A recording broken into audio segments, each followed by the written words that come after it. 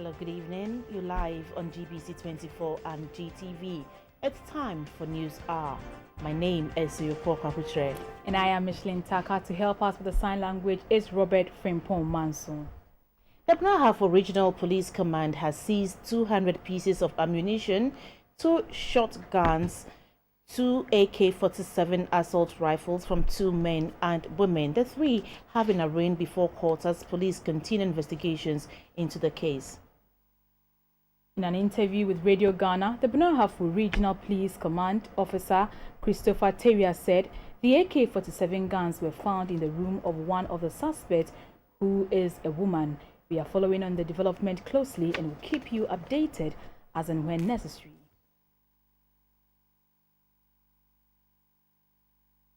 The Ghana Bar Association GBA made an appeal to the Inspector General of Police IGP to, as a matter of urgency, arrest 2 panelists on an Accra-based radio station who were alleged to have threatened the lives of judges in the country.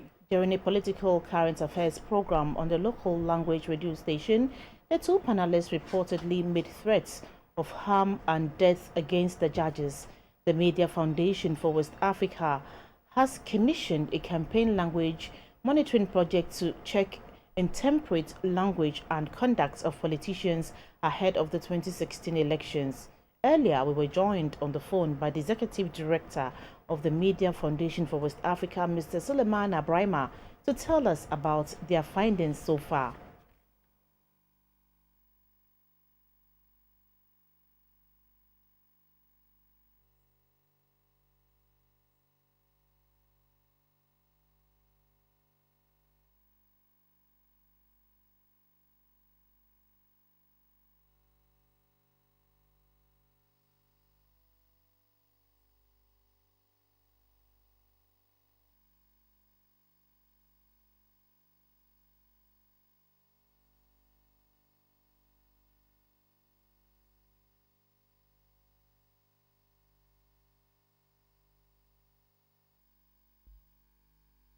Well, the president of the Ghana Journalists Association, GJA, Mr. Roland Afomoni, also added his voice on the subject. He also spoke about what the GJA is doing to check foul language on the airwaves, especially as we prepare for a crucial election. We do monitor, and we are active players on the media field, and so we know whatever is going on, so we know our pluses and minuses, our shortfalls, and where we are doing well. So as I said, it takes one bad nut to pollute the rest, and a few bad nuts indeed give us deep cause to worry, and this is something we need to address with urgent promptitude before the electioneering hit its rise. We rarely think of punitive measure because, but indeed, when it comes to punitive measure, naming and shaming is more punitive than physically cracking the whip against offending journalists and or offending media outlets. So by naming and shaming, as we've done today, indeed today we've come out to name and shame the radio station at the center of the spewing of inflammatory language and the threat against the judiciary. We come out loud and clear to state our stand. In fact, we shall not flinch from doing what is right between now and election day, and even well beyond election day, because we have a responsibility imposed on us by destiny to ensure that this nation does not slide into chaos of violence. A 17-member council for the University of Education, Winneba, has been inaugurated. The Minister for Education, Professor Nana Jane Ajuman Oku, said the new council to support the government's quest to implement various interventions in the tertiary education sector. The newly reconstituted Council of the University of Education, Winneba, is chaired by the former principal of the Mampong College of University of Education, Winneba, Professor Richard Tuye Ewua. The Minister of Education, Professor Junana Opokwajiman, urged the council to use their expertise to help improve the lot of the university. In appointing you to serve on the council, His Excellency the President has taken cognizance of the experiences that you bring on board to impact the operations of the council. And I also wish to reiterate that you have been selected to serve on account of your proven integrity and sense of duty. It is my hope that you will bring these worthy attributes and others to bear in the discharge of the responsibility entrusted to you. The chairman of the new council of UEW, Professor Richard Tuye Ewa, pledged to bring more innovations to improve the fortunes of UEW.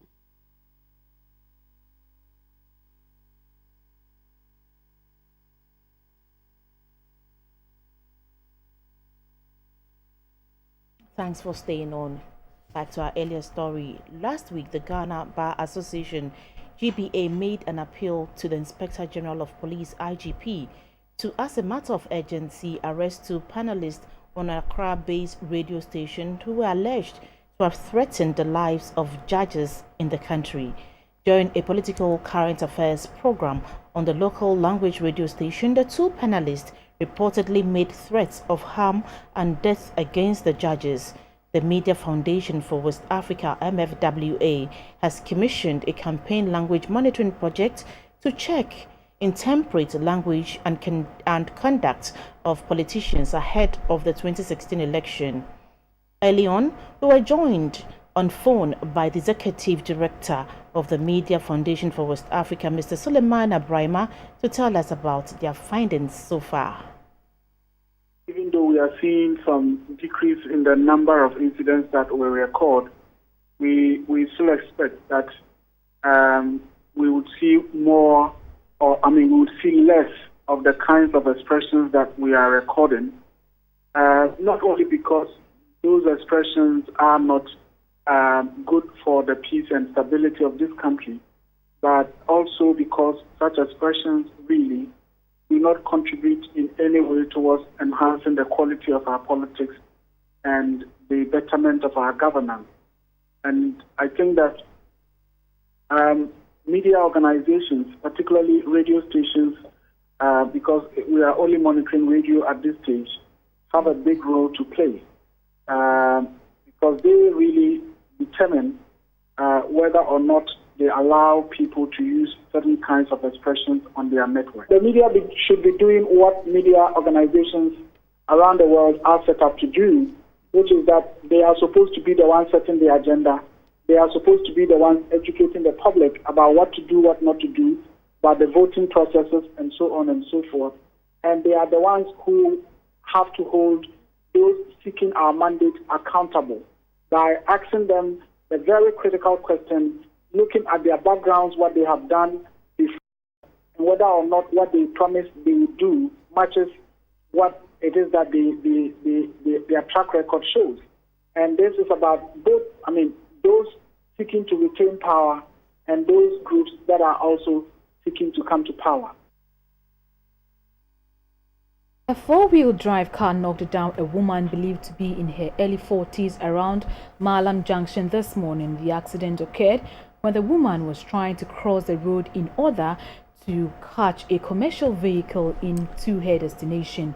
She was trapped under a vehicle for close to 10 minutes before she was rescued by some pedestrians who were trying to cross the road together with her.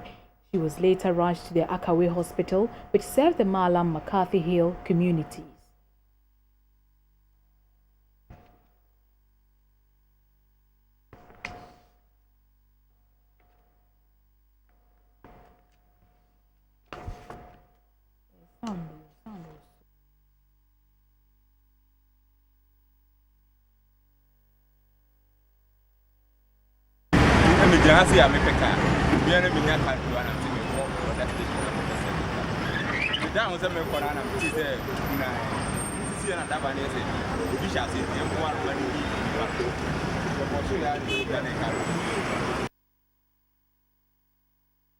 Thanks for staying on.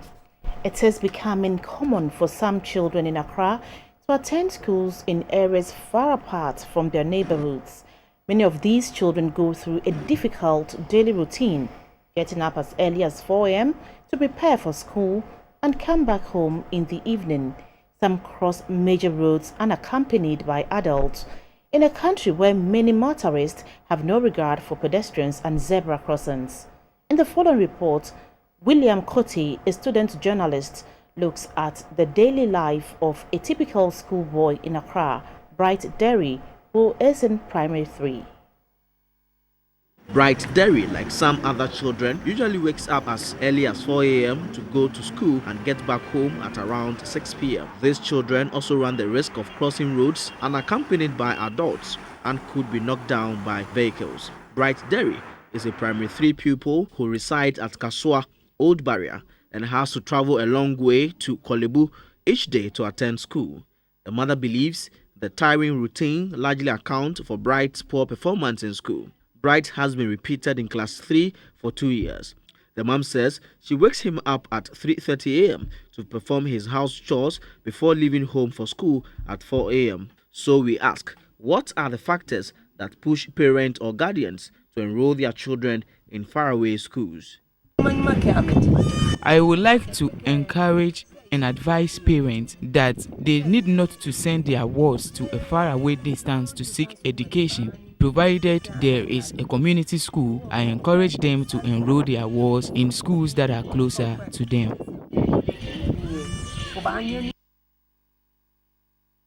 Mega copper in the central Tong districts of the Volta region can now have a sigh of relief. This follows the provision of a Gari processing center equipped with improved cook stoves.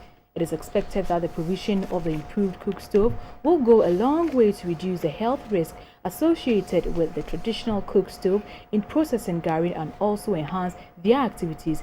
The 18,000 Ghana cedis facility provided by the Rotary Club of Ho was in response to plea by the Gari processors within the community for assistance to improve their economic ventures. Amegakope is one of the leading Gari processing communities in the Central Town district of the Volta region. Women who have decided to undertake this economic venture have formed an association called New Life Women Group.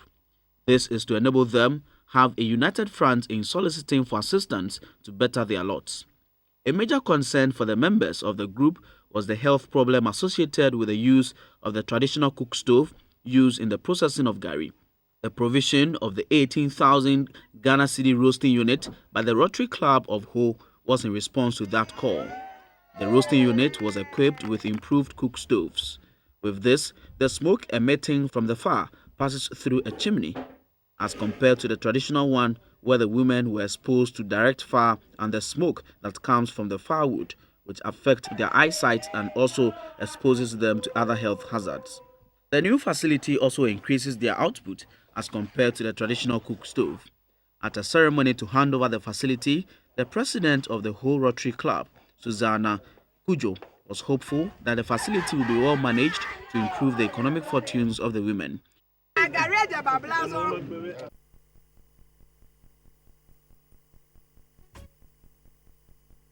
Hello again, my name is Maurice Ogbete. Big story tonight. The Electricity Company of Ghana has revised utility tariffs in the country. The company has, in the new tariffs, introduced new subsidies to cushion consumers. A statement from the power distributor said the company wishes to inform its cherished customers that the utility relief by government is being implemented, and therefore the reckoner, which is a table or device designed to assist with calculation, will guide customers on money paid and the corresponding unit to consumers. Details of the new reckoner can be found on the ECG website.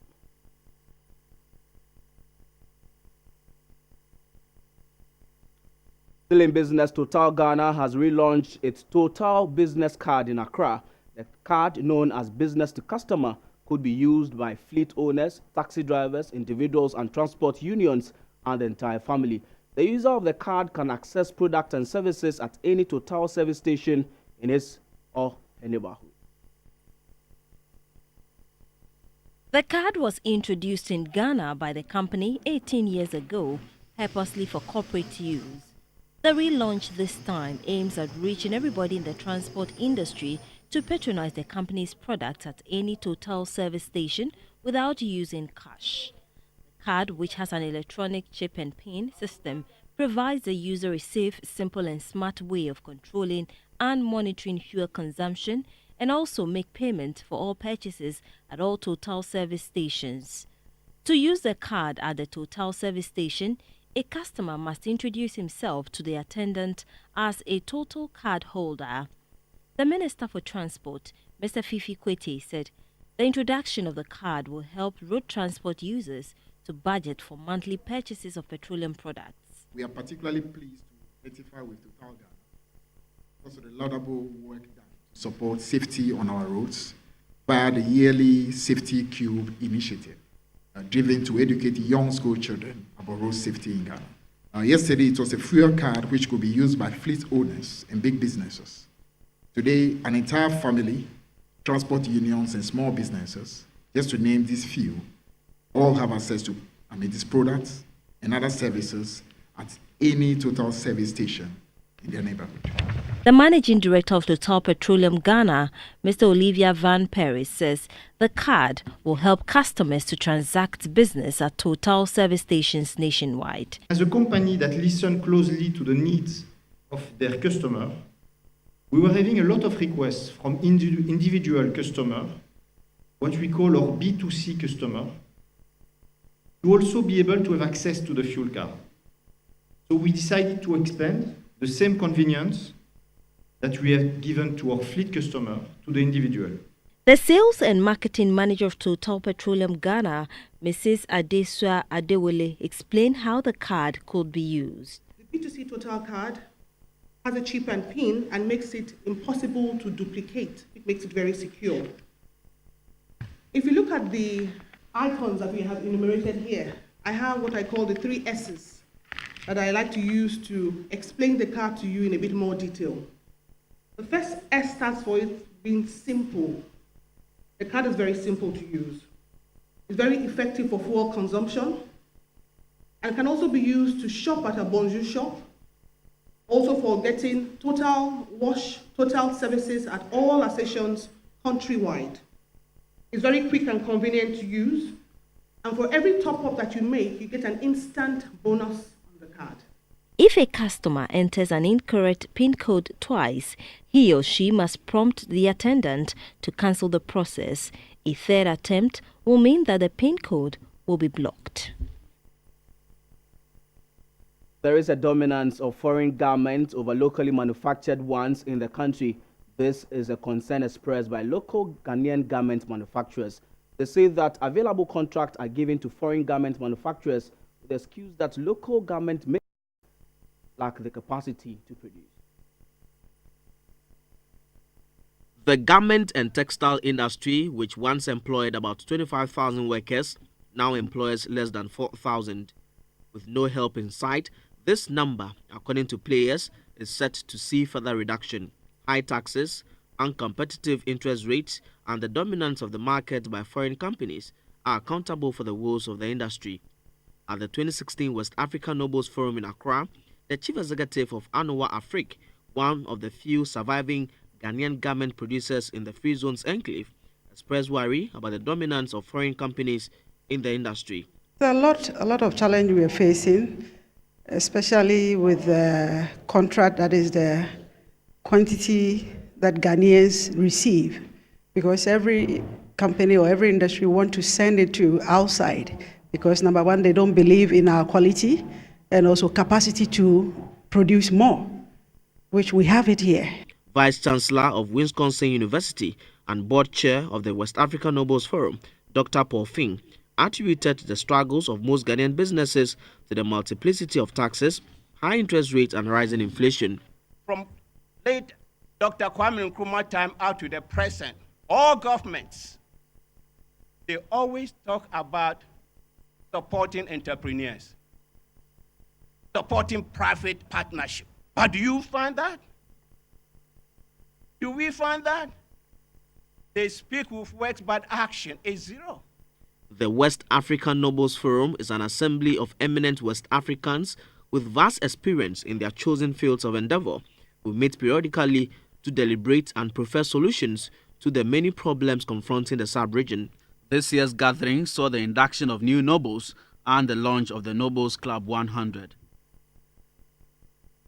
Starting the week on the interbank markets, the pound sterling continued gaining strength against the cedi to sell at 5 cedis 21 pesos. The dollar also maintained its value against the Ghana cedi to trade at 3 cedis 90 pesos. The euro is also trading at 4 cedis 35 pesos.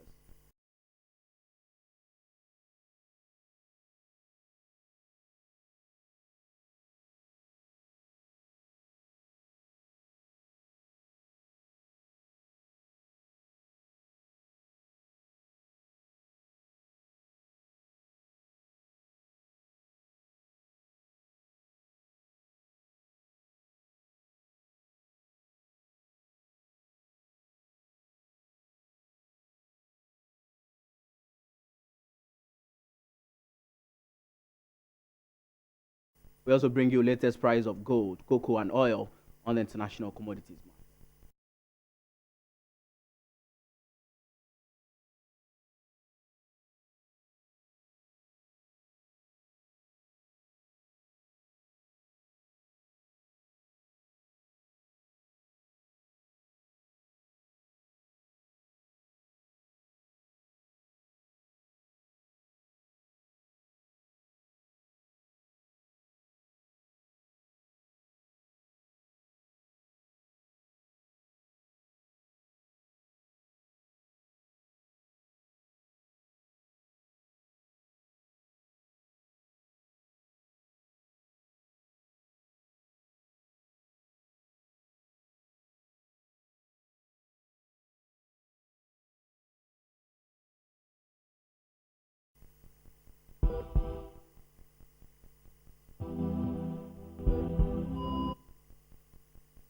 It's time for the health segment. It's been well over 2 decades since the first baby was born through the test tube in Ghana. Since then, the practice of making test tube babies, also known as in vitro fertilization, although significantly widespread across the country, is unregulated. To safeguard the interests of clients and gain visibility on the world scene, embryologists in Ghana have formed an association to regulate the profession. A report by Sarah Ufori. In active centers across the country, and for 22 years, the practice of clinical embryology remains unregulated. Desperate couples who patronize the services of these embryologists, but to no avail, have had no avenues through which their concerns can be addressed. 2 years ago, the initiative to form a regulatory body was conceived. The aim is to ensure high standards in the practice of the profession. Dr. Ellis Fletcher Joleto is the president of the Ghana Association of Clinical Embryologists, who is assisted by Eugene Ba, Michael Bright Yakas, Selom Kwenu, and Prince Owusu. Working hand in hand with fertility clinicians, embryologists analyze sperms and eggs and conduct tests on embryos to determine if these have chromosomal diseases. This ensures that only healthy embryos are transferred. One major concern is the fact that, till date, the practice of IVF and assisted reproductive technology clinics are not regulated in Ghana. It's because probably the state is not involved with this practice. The Deputy Minister for Gender, Children and Social Protection, Madam Dela Soa, says her ministry will soon hold a number of fora to further explore assisted reproductive technologies to protect the interest of all parties involved. There are several challenges associated with assisted births, like inadequate information. There are legal issues, psychological issues, there are health issues, and our ministry is aware of the emerging issues. We may need to pass certain laws, and that is to protect not only yourselves, but also the clients. The Public Health Act, Act 857, requires that various health professions form regulatory bodies. The chairman of the Allied Health Professions Council, Dr. Angela Amedo Kwartin, said to avoid the exploitation of couples seeking to have a child through assisted reproductive technologies, the association must define the guidelines to the practice and define who qualifies to be a member in accordance with Act 857. Members of the association appeal to the Ministry of Gender, Children and Social Protection to ably assist couples whose chances of having a baby is nil and who are referred to them for adoption. Sarah for GBC24, Accra.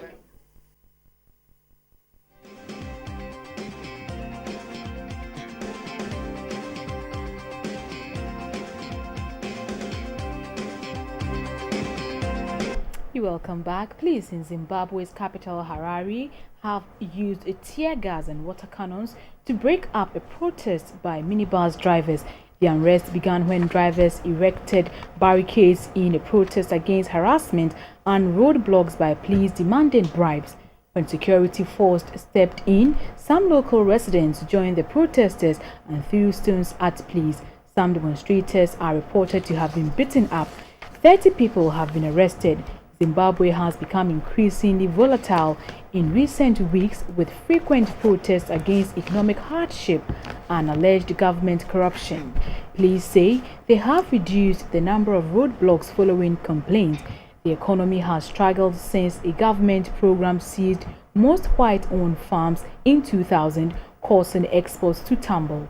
Robert Mugabe, who is 92, has been in power since independence in 1980.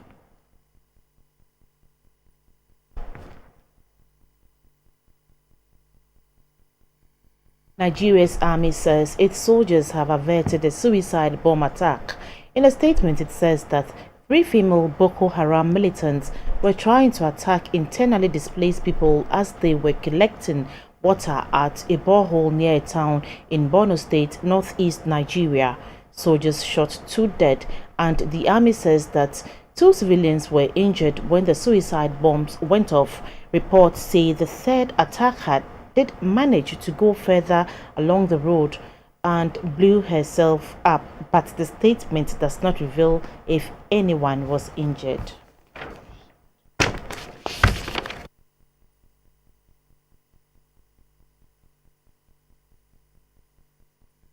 Benjamin Netanyahu has arrived in Uganda at the start of a 4-day trip to East Africa, becoming the first Israeli Prime Minister to visit the continent in at least 30 years. Arriving at the Uganda's Entebbe airport on Monday, Netanyahu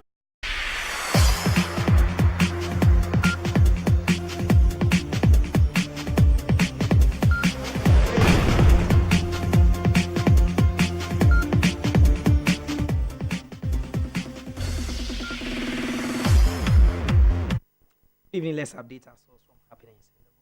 For some Theophilus Sampa to athletics, athletes from the Sweden School of Business and the Central Region have been crowned champions at the second edition of the National Road Baton Relay. They finished the 30-kilometer race in a time of 2 hours, 11 minutes and 4.2 seconds. Presec Teshi and Awudome SHS from the Volta region finished second and third respectively. The second edition of the National Road Baton Relay started from the Bachuna Total Filling Station. The marathon, for the first time, had schools from 8 regions in the country participating for both the female and male categories. It was aimed at promoting and inculcating into the youth the need to blend academic work with sport. From the start point at Bachuna Total, the athletes changed baton at Nungwa Channel 5. From there, the runners handed the baton at the Osu traffic light. The next change point was the City House area, then to the Great Lamte Mills before finishing off at the Accra Sports Stadium. Athletes from Sweden School of Business, Swespu, who had a good start, finished off at a time of 2 hours, 11 minutes and 4.2 seconds. Presec Teshi from the Greater Accra region and Awudome SHS from the Volta region finished second and third in that order. At the ladies' event, Kumasi Girls won after crossing the finishing line in a time of 3 hours and 41 seconds. Shama SHS from the Western region came second, with Presec Teshi coming third. Officials praised the athletes for their efforts. They are getting sponsorship from our outfit, and not only from the Blue Crest College but also from the School of Fashion and Design.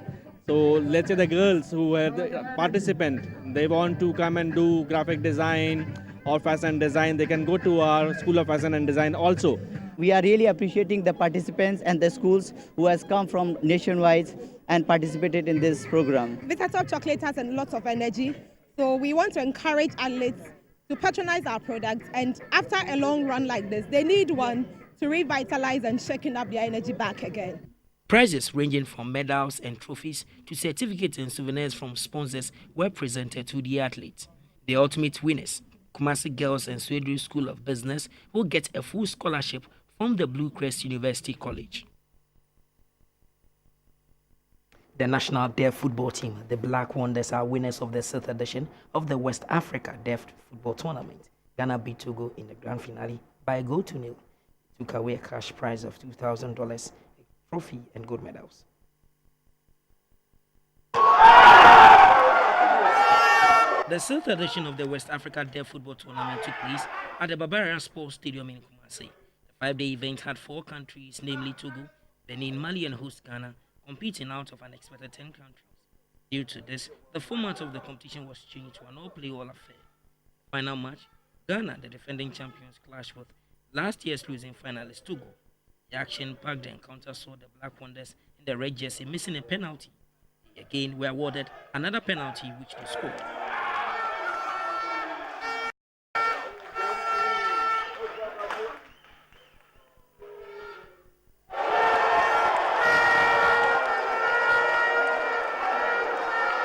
The Black Wonders defended gallantly to carry the day.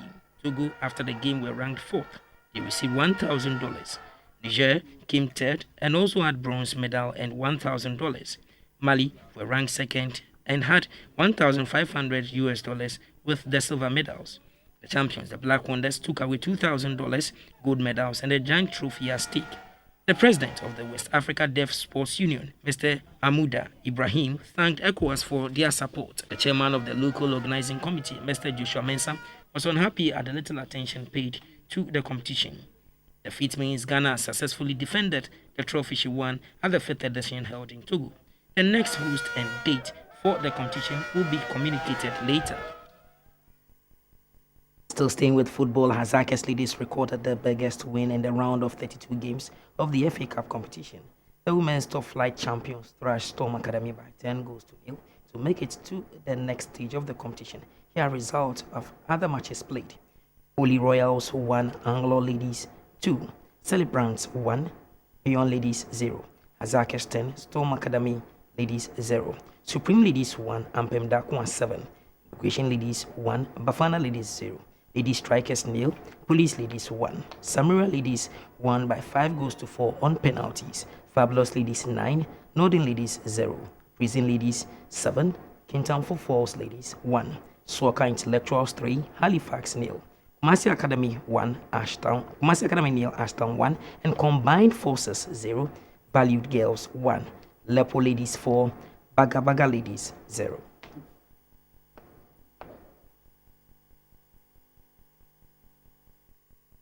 A large group of Argentine fans gathered at a synonymous Buenos Aires place to really plead with Lionel Messi to reverse his decision to retire from international football. That's all for sport. In more news, the Ministry of the Interior says the government has noted the rising spate of abusive and incendiary language used by some political actors. This poses a threat to the nation's security and stability. In a statement, the ministry says the government condemned the offensive and irresponsible conduct by sections of the media and some political commentators. The statement says while the government continues to respect freedom of expression, it expects the security agencies to take firm actions against persons whose utterances and actions undermine the peace, security and stability of the state. In this regard, the government notes the swift action taken by the Bureau of National Investigations (BNI) to ensure the safety and security of members of the judiciary. Additionally, the government is taking steps to enhance the personal security of judges to enable them to discharge their functions without fear or favor. Government also notes the upsurge of inflammatory rhetoric against key managers of the electoral process calculated to compromise their independence and security, and is taking further steps to improve their personal security.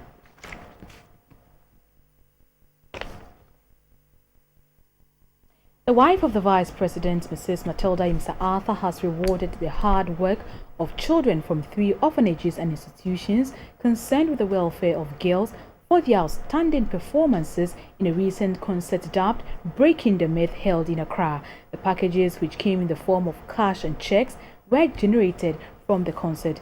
Mr. Arthur made the presentation to the founders of the institutions in her office, Accra. A report by Theodora Amedeto. Over the years, the wife of the Vice President, Mrs. Matilda Miss Arthur, has been visiting and donating towards the upkeep of children in the Kinder Paradise, Basics International and Achievers Ghana, all child intervention and care institutions at Pram Pram, Choko, and Nima respectively. Apart from academic work, the children are also involved in extracurricular activities such as music and learning of how to use musical instruments. After witnessing some of their performances recently, Mrs. Emisa Arthur promised to organize a concert dubbed Breaking the Myth for them to display their talent. The concert, which was also used to raise funds for the institutions, took place on the 26th June 2016.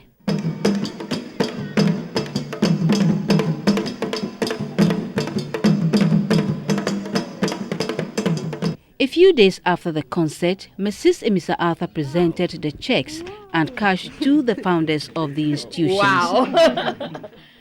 God bless you. Can I? And then this is your cash. The founders of the three institutions were grateful to Mrs. Emisa Arthur. The big event was unbelievable, but what you gave them is a whole nother level of hope. The kind of pressure that is on me, it's like it has totally been erased right now. And I believe the God of these children will always guide you. Our children, I believe, because of your impact, sheds, some of them in future, when we are growing older, we will see them in leading positions because of also that event and the courage they got, and that people really, gave attention to them. The wife of the Vice President, Mrs. Matilda Misa Arthur, reiterated that the notion that children from poor backgrounds amount to nothing is a myth that has to be broken for children to be supported and given the chance to show what they have inside of them. Theodora Medeto, GBC24, Accra. And Hiaji of the University of Ghana shows that infertility rates are high in least developed countries. 1 in 4 couples is infertile, while the women go to all lengths to conceive a baby. The research again showed that the man couldn't be bothered. According to some embryologists who are the pioneers in the profession in Ghana, just about 70% of infertile couples can successfully be assisted to have children. A report by Sarah Fori. A couple is considered to be infertile when the pair in their prime years have engaged in sexual intercourse for a year without conception. Global figures show that 15% of couples are infertile. Beyond inexplicable reasons, both the male and female feel the blame for infertility. When there's an issue of infertility or difficulty in conceiving, men are often found to go alone, and they go secretly. They do not want their partners to know about it because they do not want to be blamed for the infertility. And this is linked to the position of men in the society. In a patriarchal society such as ours, where men hold power within the home, their power is at stake if they are the cause of the infertility. These are the men who pioneered the in vitro fertilization, otherwise known as test tube baby, in Ghana. The journey began 21 years ago with Dr. Joe Mainu of Provita Specialist Hospital, followed by Dr. Paul Owusuba of Tema Women's Hospital. Then came Dr. Kofi Ameniampong of Jubail Hospital and Dr. Edem Hiadzi of Leicester Hospital. Together, they have put a smile on the faces of many couples who were unable to have children. Research shows that in developing countries, 1 in 4 couples cannot have children. However, assisted reproductive technologies are available to reverse the trend. This notwithstanding, these experts say just about 70% of infertile couples can undergo assisted reproduction. During in vitro fertilization. Eggs and sperms are taken from the couple and are incubated together in a dish in a laboratory to produce an embryo. And good embryologists and good clinicians and good selection of patients. We can only help about 70% of the patients. The 30% is very difficult, even when you have gone through more than 5 times. The cost of medication, the cost of recharging, and then the cost of the embryologist and everything involved. So it varies from clinic to clinic. But as I'm saying, it's not as high as what pertains in advanced countries. We've made it very, very affordable. The first IVF patient was a girl, Louise Brown. She's already married and has a child normally without needing IVF. That tells you that the product of an IVF is totally normal and can follow the normal expectations of natural. And many insurance plans do not provide coverage for fertility treatment. The cost for a single IVF cycle can range from at least $12,000 to $17,000. Sarah Furi, GBC24, Accra.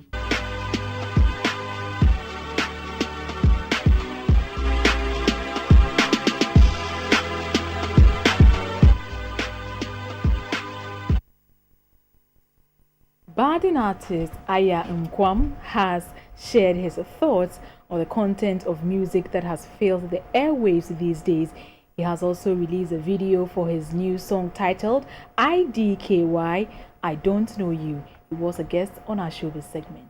Current music, so as to say, yeah. So that's pretty much what it's all about, like good energy and positive vibes and doing something that's current, something that's different but trendy nonetheless. It's art, that's how I see it.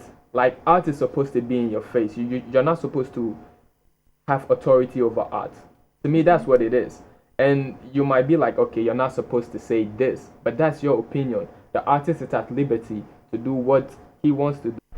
Persons living with disabilities have once again been shown that they are as capable as any other person. Elder Benjamin Oseyedu of the Bride of Christ Church in Medina has launched an album to create awareness and draw the public's attention to the fact that disability and inability do not share the same meaning. The event took place at the Accra Rehabilitation Center.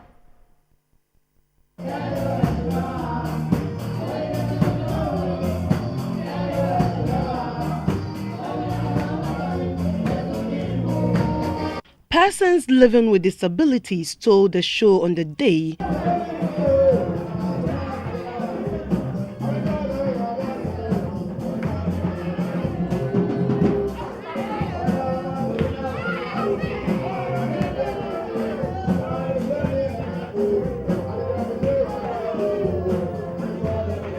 the gospel artist Elder Benjamin Oseyedu said the album was inspired by a revelation he received. He dedicated the song Eradibwayen to persons living with disabilities.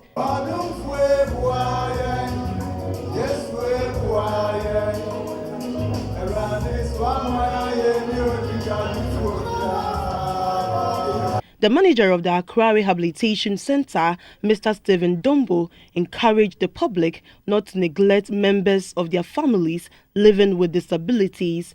Any person with disability anywhere, you can come to the Accra Rehab Center and receive vocational school training. And all the training and facilities here are free. Some persons living with disabilities pleaded with the public not to discriminate against them. And that's all in this package. Thanks for your company. We are back at 10:30 with News Tonight. Good evening.